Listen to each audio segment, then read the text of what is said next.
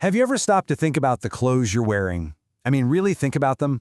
Well, today, we're going to pull back the curtain on the amazing mechanical heart of how fabric is made. We're diving deep into an incredible process called tappet shedding.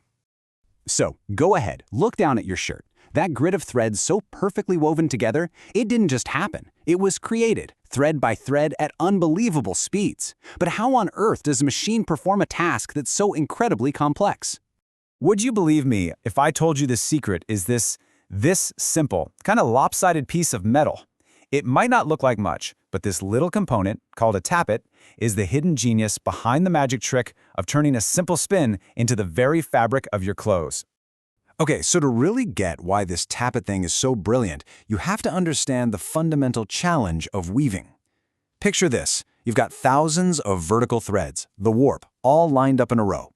Now to make cloth, you have to pass another thread, the weft, through them, over one, under the next, over and over. So how do you create a path for that thread to get through? The solution is ingenious. You create a temporary tunnel. You lift up some of the threads and leave others down, and that opening is called the shed. It's the critical little gap that lets the shuttle carrying that web thread fly across the whole machine. But the real question is, how do you create that shed thousands of times a minute with absolute perfection? And that, my friends, is where our little hero, the tappet, makes its grand entrance. It is just such an elegant and purely mechanical answer to this really complex weaving problem. All right, so what is it exactly?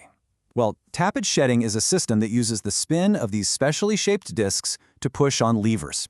This creates a back-and-forth motion, that's what reciprocating means, which then lifts and lowers the frames holding all those threads. It's a beautifully simple way to turn a basic spin into the exact up and down movement you need to make that all-important shed. Now, what's really cool is that there are kind of two main flavors of this. A positive tappet actually has a groove that grabs onto a lever, so it does all the work. It pushes it, and it pulls it back. It's a totally self-contained system. Then you have a negative tappet, which is what we're looking at in our main diagram. It only pushes in one direction and needs something else, like a spring or just gravity, to pull the lever back. Both of them get the job done, just with a slightly different approach. So let's actually watch this whole process in action. It's honestly like a perfectly choreographed mechanical ballet. Every single part has its role, all working together to turn a simple spinning motion into a flawless piece of fabric. Everything kicks off right at the bottom of the diagram. See that shaft spinning in the middle? Those weird lumpy-looking discs on it. Yep, those are our tappets. As that shaft turns, they turn with it, and their very specific irregular shape is the key to everything that's about to happen. Now just follow the motion from those discs upwards. You'll see they're pressing against a set of long pivoting arms. Those are the treadle levers. As the wide part of the tappet spins around, it pushes a lever down. As the narrow part comes around, the lever comes back up. And boom, just like that, a continuous spin is turned into a precise up and down pivot. And that pivoting motion doesn't just stop there. It travels up through a series of rods to those big rectangular frames at the top, which are called the harness. See, each part of the harness holds a specific group of threads. So when a lever pivots down below, a harness gets pulled up or down, lifting hundreds of threads all at once to create that perfect tunnel, the shed. It's like a beautiful chain reaction.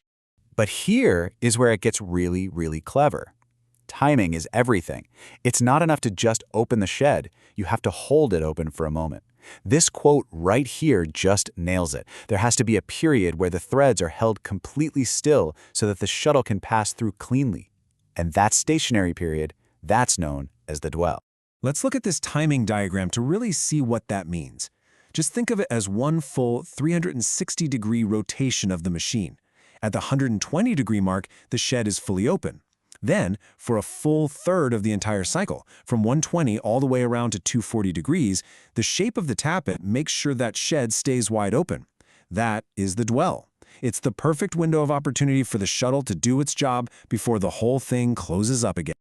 So this system is obviously pretty amazing, but, like any kind of engineering, it's all about trade-offs. It has some really powerful advantages, but it also has some very real limitations.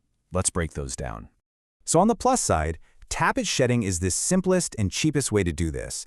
It's a beast, it can operate at incredibly high speeds, it's also gentle on the threads, it uses less power, and it's super reliable, so it causes way fewer defects than more complicated systems. It truly is the workhorse of the weaving world. But that beautiful simplicity has a downside.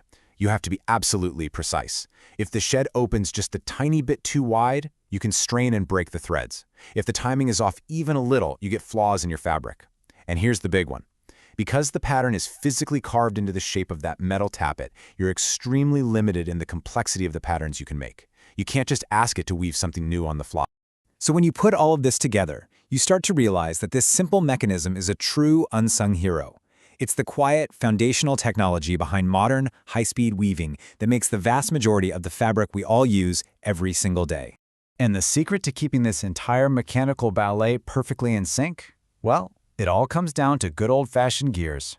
The perfect timing between the main crank, the shuttle, and our tappets is all controlled by fixed, reliable gear ratios. In fact, the whole thing often boils down to one simple ratio, 2-to-1. The main crankshaft that controls the shuttle spins exactly twice for every single rotation of the bottom shaft that holds the tappets.